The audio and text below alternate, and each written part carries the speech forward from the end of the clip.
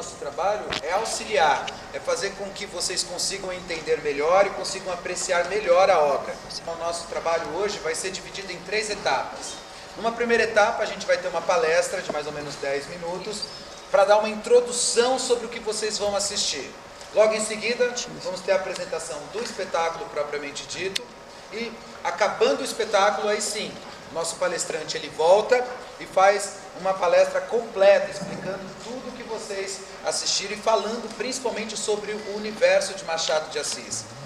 Quincas Borba entrou na lista da FUVEST esse ano, né? Entrando na lista da FUVEST, automaticamente ele entra na lista da maioria dos vestibulares, né? Mas é uma obra já pedida pelos professores de literatura no ensino médio já há muitos anos. É uma obra importante de Machado de Assis, mas eu não vou falar um pouco sobre isso não, porque para isso eu tenho uma pessoa muito mais gabaritada para falar para vocês. Nosso palestrante de hoje, vou falar um pouquinho sobre ele. Deixa eu pegar aqui o seu breve currículo. Cadê? Aqui, ó. Ele é escritor, professor, ator, jornalista e youtuber. Ele é formado em letras pela USP, com especialização em língua e literatura italiana, em Siena, na Itália. Atualmente na USP faz mestrado e pesquisa poesia contemporânea. É professor nos cursinhos vestibulares do ESAC Medicina e Objetivo. É autor dos livros de poesia Ventania do Infinito, Ritmia e Mal Sabe a Lua. Lançou seu segundo livro em uma formação para alunos na Universidade de Pula, na Croácia, e acabou de chegar de Angola, na África, onde formou um grupo de escritores junto à Universidade de Sumbé. É fundador do canal do YouTube Literatura Fora da Escola. Então, quem aí gosta de literatura, quer estudar, entra lá no canal dele, Literatura Fora da Escola, com milhares de inscritos. Canal em que carrega o lema de tirar a literatura da sala de aula e colocar na sala da vida. Ele vai fazer isso agora. Segundo ele, é feliz e vive de literatura, o que nesse país já é uma grande vitória, né? Então eu queria pedir uma salva de palmas com muito carinho o nosso professor Lucas Limberti.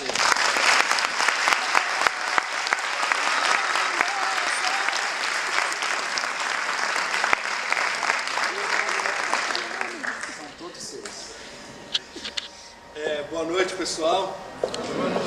O pessoal caprichou no currículo aqui, fiquei até, né? Então é um prazer estar aqui, é um prazer receber esse convite da DRT Produções. Falar de literatura fora da escola é aquilo que eu acredito, então trazer a literatura aqui para a vida, para o teatro, para a rua, enfim. E hoje nós vamos assistir aqui uma peça que está muito legal, está muito bem ensaiada, muito bem feita, o texto é maravilhoso. A adaptação, na verdade, lembrar que é uma adaptação, né? É importante que você leia o livro também, depois de ver a peça, para conhecer o que o Machado de Assis quis com esse espetáculo, né? É o segundo espetáculo realista do Machado de Assis, publicado 10 anos depois do início do realismo, em 1881, com Memórias Póstumas de Brás Cubas, onde ele inventa esse personagem que é o Quincas Borba, e que vai aparecer e vai ganhar um romance só para ele. Para vocês entenderem um pouquinho o que vai acontecer aqui. Bom, nesse pedaço do palco eu tenho um jardim, que é um jardim de Barbacena. Essa peça vai acontecer durante 3 anos, de 1867 até 1870, aí na segunda metade do século XIX. Esse espaço vai ser um jardim em Barbacena e também depois um jardim no Rio de Janeiro, para vocês entenderem o palco. O Quincas Borba, que é o nome do livro, é também o nome desse cachorro que aqui está. E o Quincas Borba morre logo no começo da peça. Então vocês vão perceber que, calma, não vou dar spoiler, né? Mas ele morre e quem vai seguir adiante com a peça é o seu enfermeiro, o Rubião, tudo bem? E essa peça é sobre como o Rubião vai vivenciar a filosofia de vida que o Quincas Borba criou, que é o humanitismo, o famoso ao vencedor as batalhas. Não vou, enfim, revelar muitas outras coisas, vocês vão conhecer essa teoria, que é na verdade uma grande ironia, né? Depois o Rubião vai para o Rio de Janeiro, e aí aqui é o espaço do trem. Vocês vão perceber que aqui é um trem e também uma carruagem do futuro. Nesse trem ele vai conhecer um casal, o casal Cristiano Palha e Sofia Palha, tá? E aí eles vão começar a desenvolver uma amizade de interesses aí. E essa aqui é a casa do Cristiano Palha e da Sofia Palha, tudo bem? Esse espaço aqui vai ser um cartório, onde terão algumas notícias importantes aqui no Rubião e depois no escritório do Cristiano Palha também. E, para terminar, esse último espaço aqui é a casa no Rio de Janeiro do Rubião. Ele vai sair de Barbacena e vai morar no Rio de Janeiro, são os dois espaços da obra. Depois também vai funcionar como uma hospedaria, como um hotel. Veja, Machado de Assis é genial por quê? Porque ele escreve nas entrelinhas, né?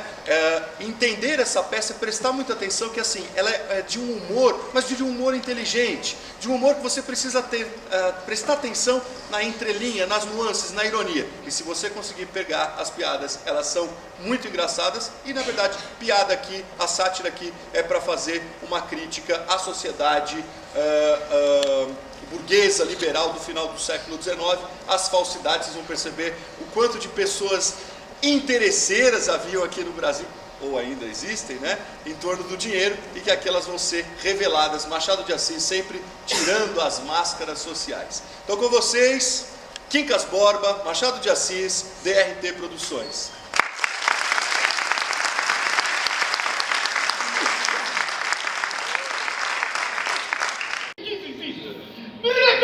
Quero ouvir outra vez. Desculpe, eu não tive a intenção de desdenhar da filosofia de ninguém. Na verdade, eu não tenho nem capacidade, sabe?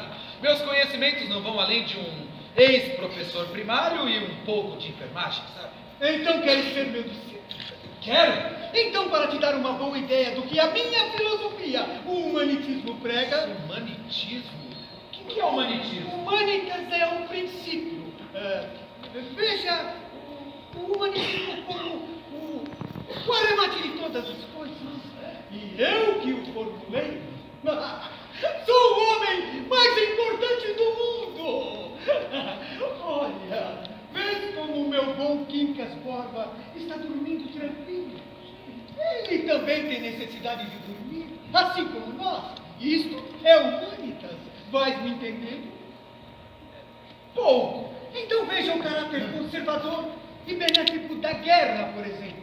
Rubião, imaginas tu um campo de batatas e duas tribos famintas e esfomeadas. As batatas chegam apenas a alimentar uma das tribos. Mas se as duas tribos repartirem em paz o campo de batatas, não chegam a nutrir-se suficientemente e morrem as duas de total inanição. Nesse caso, a paz é a destruição. A guerra é a conservação. Então, uma das tribos extermina a outra e recolhe os despojos. Ao vencido, o ódio ou a compaixão. Ao vencedor, as batatas. O senhor se desgastou muito. Entre um pouco, vá. Não, vou dar um passeio. Não, é melhor o senhor descansar. Oh, Claro que sou, até mais que Quincas Borba, o seu cão, que só sabe comer, latir e dormir. muito bom. Então amanhã viaja negócios pessoais ao Rio de Janeiro. Mas uma viagem de Barbacena ao Rio de Janeiro, ela é muito demorada e é muito cansativa, e o senhor está seriamente debilitado. Sei que és teimoso e vai querer ir de qualquer jeito. Então vamos junto. Não! Comigo irá somente um tabelião. Não quero que Quincas Borba pressenta minha saída. Ele é um dos meus herdeiros, entende? Prometa-me que vai cuidar bem dele, Rubião. Prometo. Jura? Juro. Por essa luz que me alumia. Não sou criança.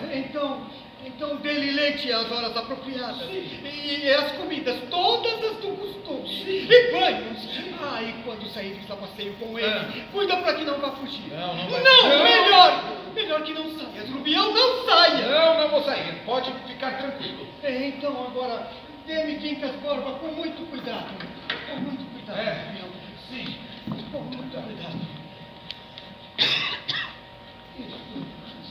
Obrigado. Vou acordá-lo lentamente para o nosso passeio. Porque senão, assim vai ficar o cão mais preguiçoso que o dono. Obrigado, Rubião. Acorde, meu bom Quincas. Hora do seu passeio.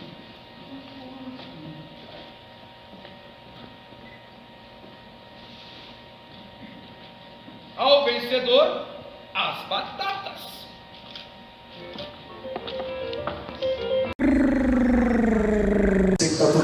emoção da peça, mas esse bate-papo aqui, ele acho que é de suma importância e interesse, sobretudo para quem vai prestar o vestibular, mas também para quem gosta de literatura, para quem quer pensar um pouco sobre o que aconteceu aqui, no que diz respeito a uma ideia de Brasil, né?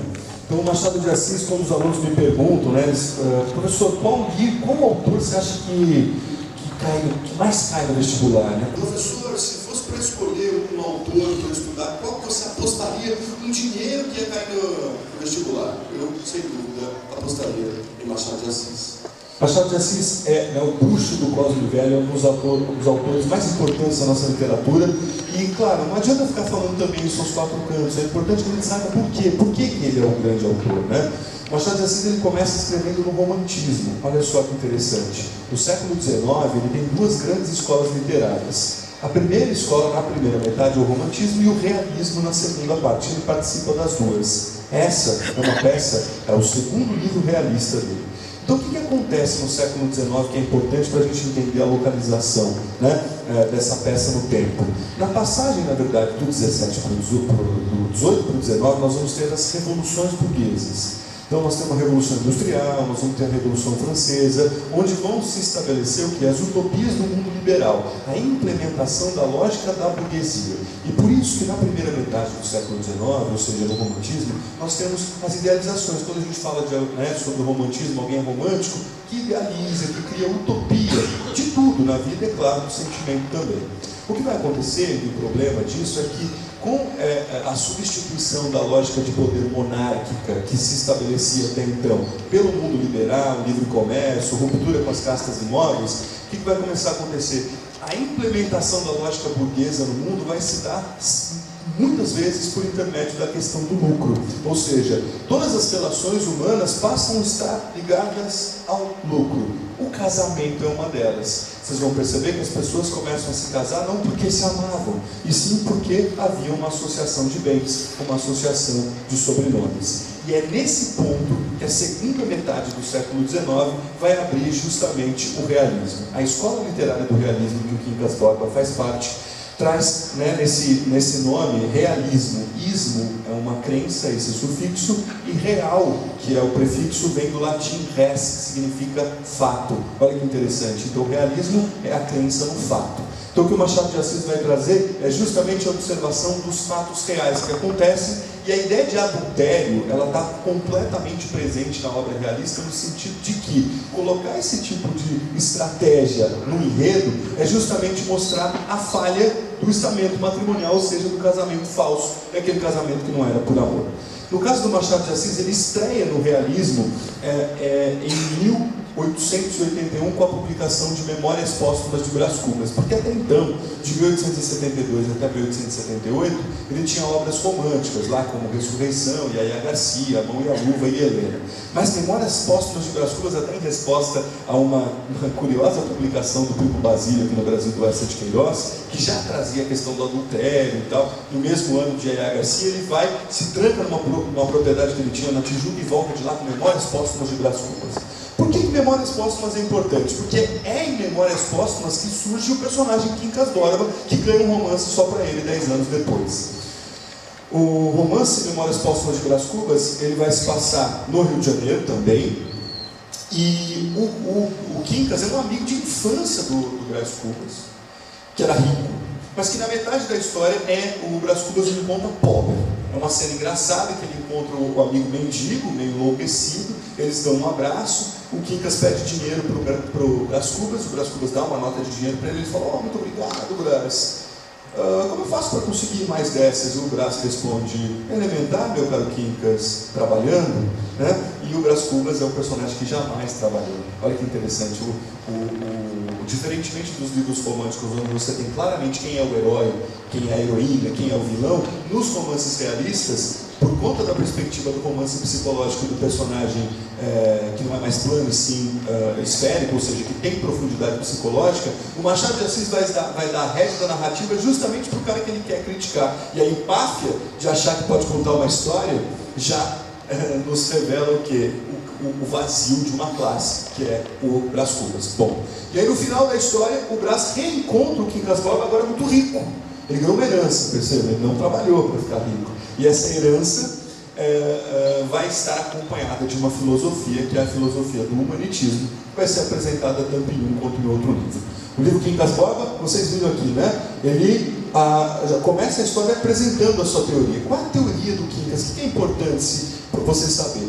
O Humanitas seria um princípio da humanidade, né? uma espécie de divindade que conceitua a ideia de humanidade. E aqui ela vai ser completamente deturpada, como por um filósofo que acha que é Santo Agostinho, que acha que é importante, que é uma teoria que vai revolucionar o mundo, que é ao vencedor as batatas, ou seja, o humanitismo.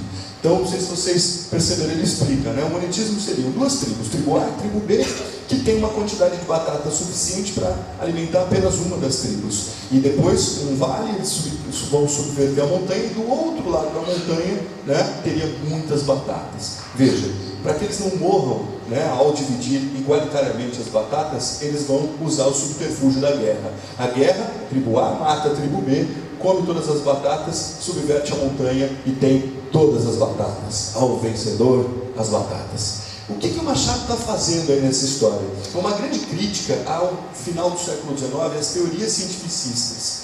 É uma época em que a ciência começa a tomar conta e o Machado está tirando o sal. Aliás, Machado de Assis, ele é muito satírico, ele tira muito sal, ele usa muita ironia, né? Então você vai perceber que, na verdade, quem são essas tribos? São as classes sociais. Classe social A, classe social B. O que são as batatas? É o dinheiro. Portanto, quando a classe social A explora a classe social B, a guerra, né, ela tem as batatas, ou seja, tem o dinheiro e sim consegue enriquecer. E é exatamente isso que nós vemos na peça. O que acontece com o personagem Rubião é o tempo todo ele sendo explorado, o tempo todo pessoas das mais diversas ordens sociais, de elite, no caso, no final do século XIX, tentando tirar o seu dinheiro. Vejam, o Palha, o Cristiano Palha, é a tribo que vence, entende? É a tribo a tribo A que vai vencer a tribo B. O Cristiano Palha, ele é um burguês comerciante, ele tem uma empresa, a Palha e Companhia, que é uma importadora. Depois tem um outro, é engraçado, ele chega, ele se bica, deixa eu que vou explorar, né? É eu que tenho que explorar aqui, o Camacho. Quem é o Camacho? O Camacho é um advogado, o Camacho é um jornalista. Então olha que interessante, é o empresário, é o advogado, é o jornalista. Então são pessoas ligadas à mídia, ao direito, à lei, ao comércio. Todas essas pessoas, quando vem um rapaz do interior, de Barbacena, de Minas Gerais, chegando no Rio de Janeiro, já vão usurpá-lo, né, de todas as formas. E a grande questão é que ele não está nem aí, ele é um gastão mesmo, ele não é da classe social dos ricos, ele é o quê? Ele é um ex-professor primário que se tornou enfermeiro, ou seja, ele não faz parte da classe da tribo A, ou seja, da classe exploradora. E ele vai perdendo o dinheiro que ele vai gastando, né? Vocês viram a cena das senhoras para dar dinheiro para a senhora de Maceió, não, por 5, põe 15 aí, vamos gastar. O próprio pai fala, não, guarda um pouco do seu dinheiro, guarda um pouco, ou seja, deixa só eu te explorar, né? Deixa só eu tirar o seu dinheiro, fica bravo e tal. Então, e mais interessante, né, que a vida do Rubião vai degringolar-se a partir de um gatilho que não está na ordem do racional, ou seja, está na ordem do passional. Ele vai ficar apaixonado. Quando ele se apaixona pela Sofia, o que vai acontecer? A vida dele vai, de alguma forma, comprovar a louca teoria do Quincas Borba. Ele não acreditava, tá bom, Quincas, tanto que o Quincas foi para o Rio de Janeiro, nem deu conta do cachorro, deixou o cachorro com uma vizinha e tal. Então ele achava o Quincas louco mesmo, mas depois o que vai acontecer na vida dele é justamente a comprovação da teoria ao vencedor das batatas, que no fim das contas é uma tiração de sarro do Machado de Assis, das teorias cientificistas do final do século XIX, por exemplo, o positivismo do Augusto Comte, ou o determinismo social do Hippolyte Taine, o darwinismo do Darwin, o comunismo do Marx. Então são teorias que estão analisando a sociedade sob uma perspectiva cientificista e vão ser comprovadas por intermédio de um sujeito que num primeiro momento nega, mas que depois comprova a teoria de que o vencedor da guerra, ou seja, a classe social dos ricos, conseguiu tirar o dinheiro daquele sujeito que não pertencia ao mundo dos ricos. Tanto que ele não se comporta como as pessoas dos ricos e, sobretudo, se deixa levar pelo oposto, ou seja, pela paixão. Tudo bem? Só um dado importante, né? O cachorro, cadê o cachorro? Foi embora. O cachorro do que chama Quincas Borba, que é interessante, né? Essa tentativa do homem rico de projetar-se a celebridade do mundo, aquela necessidade individualista e egocêntrica de se perpetuar no mundo por intermédio de uma noção de celebridade. Veja, o Brás Cubas, né, em Memórias Póstumas, também no final da vida fala: puxa, vou morrer, estou velho, não tive filhos, vou criar um emplasto Brás Cubas. Ele inventa um remédio que ele imagina que vai estar em todas as farmácias do mundo, que todo mundo vai consumir o seu remédio, que vai curar todas as dores e as angústias, né? E no fim das contas ele morre por um vento encanado, morre da maneira mais besta possível. E aqui a tentativa do Quincas de colocar o nome do cachorro é: bom, estou próximo da morte, então que esse cachorro vai viver mais que eu, que de alguma forma a minha imagem, aquilo que eu significo, vai se perpetuar por mais tempo, que é um pouco uma ideia da concepção de posse, de família, de sobrenome, né? Quantas pessoas projetam sobrenomes, projetam o nome do seu próprio nome no filho, que é uma maneira de se perpetuar no mundo que tem tudo a ver com a questão das posses ali colocadas. Então, quando vai se tratar de Machado, sempre perceber as entrelinhas, os não ditos, as digressões, que são as rupturas na ordem cronológica para uma inserção psicológica, né, os eufemismos, que é aquela coisa de dar a entender sempre. Então, eu percebo durante a peça as risadas de vocês, são aquelas risadas, não são também aquela coisa escrachada, é aquela risada inteligente, aquela risada seca, aquela risada da ironia, né, que o Machado vai despertando na gente, sobretudo por intermédio daquilo que não se vê, do tapa com luva de penica que ele vai fazendo o tempo todo. Então, com uma acidez elegante, né? Esse é o nosso grande Machado de Assis. Enfim, convido vocês a lerem agora o livro, perceberem essas nuances que nós estamos discutindo aqui, relembrarem da peça e se apaixonarem por Machado de Assis, que é sensacional, um dos maiores escritores do nosso país.